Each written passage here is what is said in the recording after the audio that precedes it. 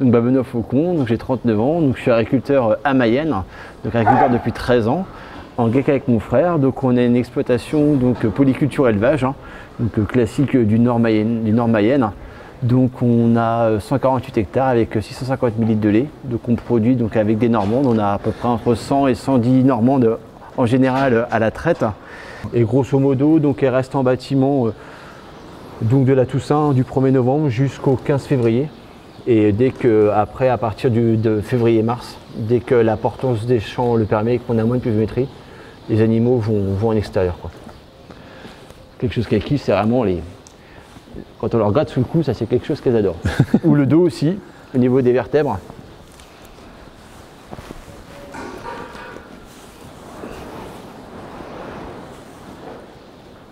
Alors toi, tu es engagé en coopérative quasiment à 100%, c'est ça? Eh ben ouais, tout à fait, ouais.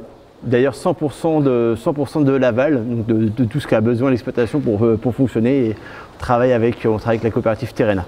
Ben, c'est quelque chose qui est déjà au niveau de mes parents, notamment mon père.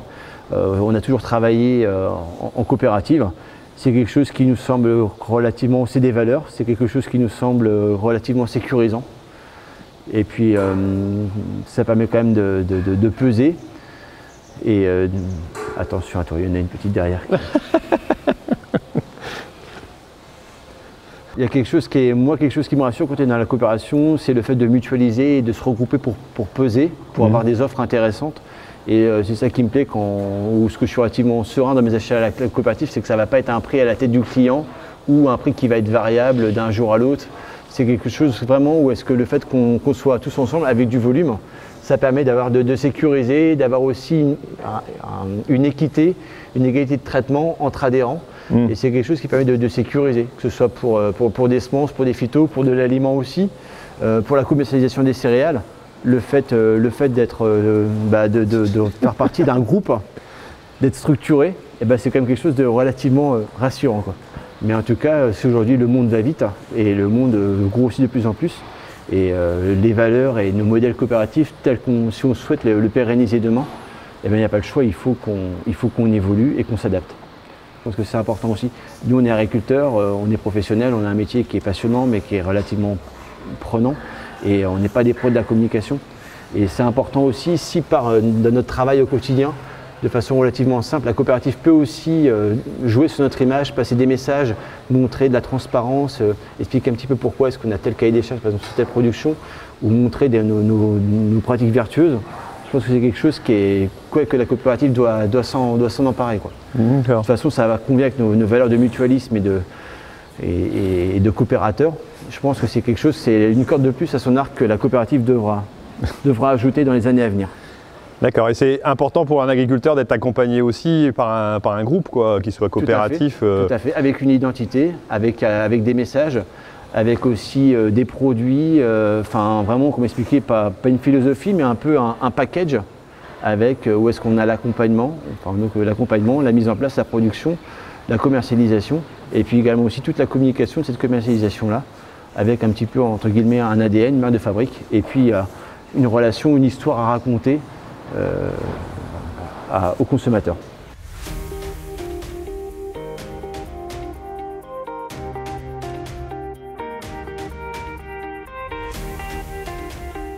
Moi, j'ai voulu m'investir au niveau des municipales, c'est pour plusieurs choses. La première, c'est donc déjà que sur l'ensemble des sujets, quand même, qu'on ait toujours un petit peu notre vision et notre sensibilité d'agriculteur. En général, quand on voit un petit peu quelquefois les débats vers où ils vont quand on parle de l'agriculture, c'est bien aussi qu'on soit là. Je pense qu'on est les meilleurs ambassadeurs, c'est quand même nous, pour parler de nous, de ce qu'on fait, de nos pratiques. Et c'est important de ramener un petit peu de la vérité, de la transparence et d'expliquer aux gens. Et en leur montrant un petit peu notre bon sens et qu'il ne faut pas non plus tout remettre en cause, tout croire.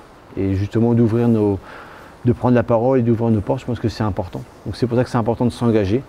Et puis c'est important aussi qu'il y ait du pluralisme, comme c'est important d'avoir des commerçants, des gens d'associations, des gens de l'éducation, de la petite enfance, ou des gens plus du monde de l'entreprise.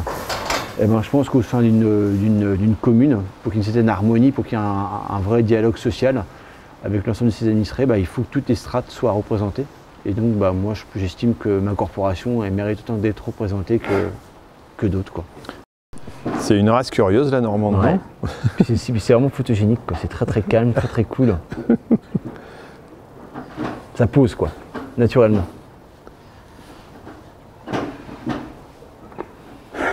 Oh! Oh!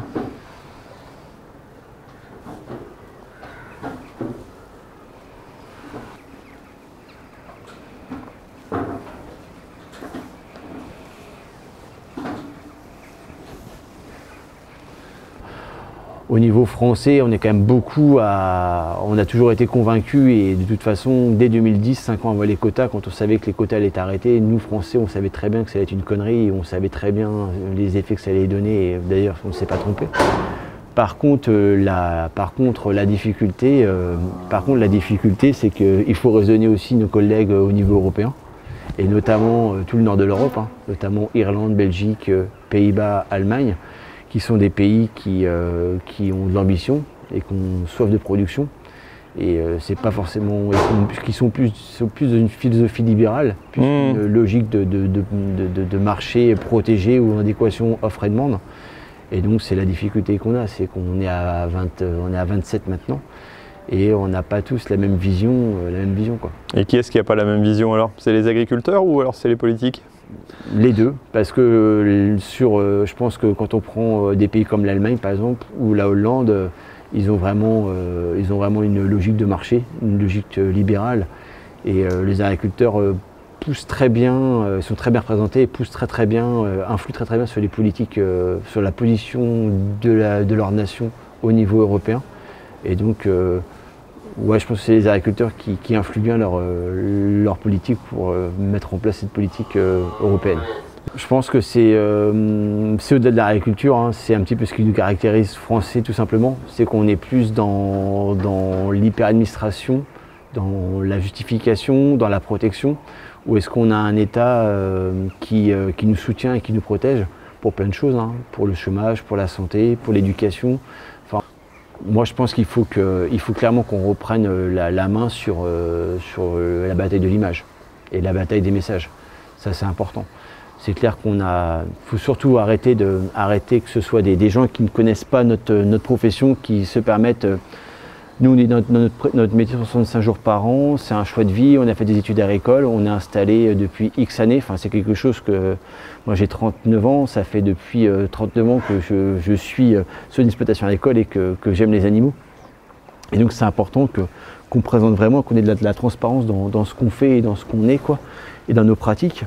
Et c'est vraiment important de reprendre la main, quoi. Maintenant on dit stop, on arrête que ce soit les autres qui se penchent de façon très sporadique ou juste ponctuellement pendant quelques jours ou quelques heures vont se permettre de faire un papier ou parler de l'agriculture. Non, il faut vraiment qu'on reprenne la main et qu'on ouvre nos portes de nos exploitations, quoi. Je pense qu'on vit une crise morale au niveau de notre profession depuis 5 ans maintenant. Et ce qu'on a vraiment besoin, c'est de vraiment avoir des gens au niveau politique, mais quels que soient les bords et les clivages, hein, on n'est pas du tout, on est au-delà de tout ça. Vraiment la politique avec un grand P et vraiment des gens qui veulent vraiment représenter l'ensemble de leur territoire et de leurs concitoyens. C'est vraiment qu'on ait vraiment des politiques en général, quelle que soit leur sensibilité, qui vraiment nous respectent et nous comprennent, vraiment qui nous écoutent. Et qu'on arrête vraiment d'avoir des gens qui sont dans l'empathie, mais qui sont dans l'empathie quand ils viennent visiter notre ferme ou quand ils viennent sur l'agriculture, mais après, quand il s'agit de vraiment nous défendre par rapport à certaines défiances ou certaines accusations, eh ben, c'est des gens qu'on ne les voit pas mouiller la chemise, bomber le torse, et puis vraiment porter de la bonne parole et vraiment nous porter jusqu'au bout, quoi, nous défendre. Donc ça, c'est la première chose. Vraiment dans la politique, puis en même temps qui reconnaissent aussi le lien social, le lien aussi environnemental, les services sur l'aménagement du territoire.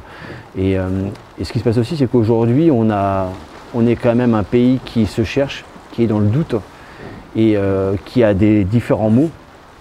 Et je pense que l'agriculture, c'est la difficulté qu'on a dans le monde agricole, c'est aussi une difficulté de plus qui fait que aujourd'hui toute la ruralité, quelle qu'elle soit en France, hein, on le voit très bien, hein, on a bien vu ce qui s'est passé l'hiver dernier, les difficultés qu'on a, c'est un petit peu cette France-là, rurale, agricole notamment, qui est un petit peu oubliée, qu'on aimerait aussi qu'il soit un peu moins qu'on soit un peu moins géré par des technocrates, quoi. Qu'on soit vraiment géré avec des gens ou même si c'est des technocrates, peu importe, mais qui soient vraiment en phase avec nous et qui comprennent nos difficultés. Plus à l'écoute. Ouais.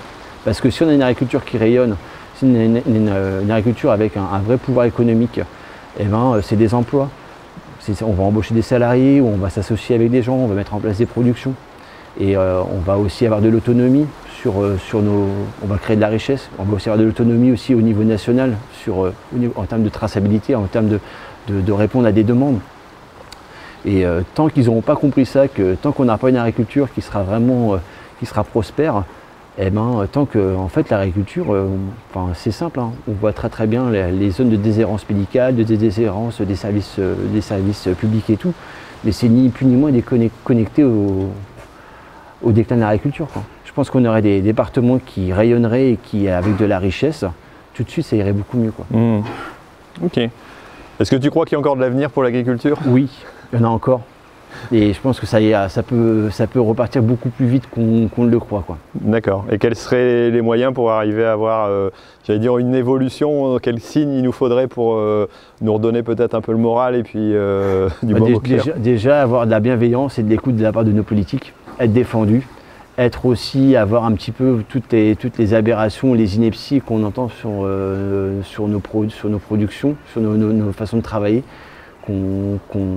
À chaque fois qu'on a un petit peu, je sais pas, une espèce de cellule qui un petit peu à chaque fois contrecarre ou alors quand on a des reportages à charge ou des papiers à charge, et ben qu'on a un droit de réponse et puis d'être très réactif, parce qu'en plus dans la vraie vie et dans la réalité, ce qu'on fait, c'est vraiment quelque chose qui est vraiment bien et qui a du sens et qui est bon et du respect pour les animaux, mais aussi pour le consommateur et pour la terre. Et c'est ça qui nous manque, quoi. C'est vraiment de se structurer, de cette guerre de l'image, vraiment la reprendre et être défendu, quoi, s'organiser, quoi. Mais également aussi au niveau politique, qu'on ait vraiment nos élus qui nous soutiennent, quoi. De toute façon, on a un territoire qui est très très disparate, hein, en France, hein. Dès qu'on prend sa voiture, on fait 20-30 km, on change de bocage, on change de paysage, on n'est pas sur les mêmes veines de terre ou sur le même sous-sol, on va passer par exemple d'un sous-sol granitique à du schiste ou après à du calcaire. On est toute une myriade de petits microcosmes, de petits, je ne sais pas comment expliquer, petits écosystèmes. Et donc naturellement, on aura cette capacité à répondre à des besoins précis par rapport à des atouts qu'on aura précisément sur des espaces délimités, quoi, naturellement délimités.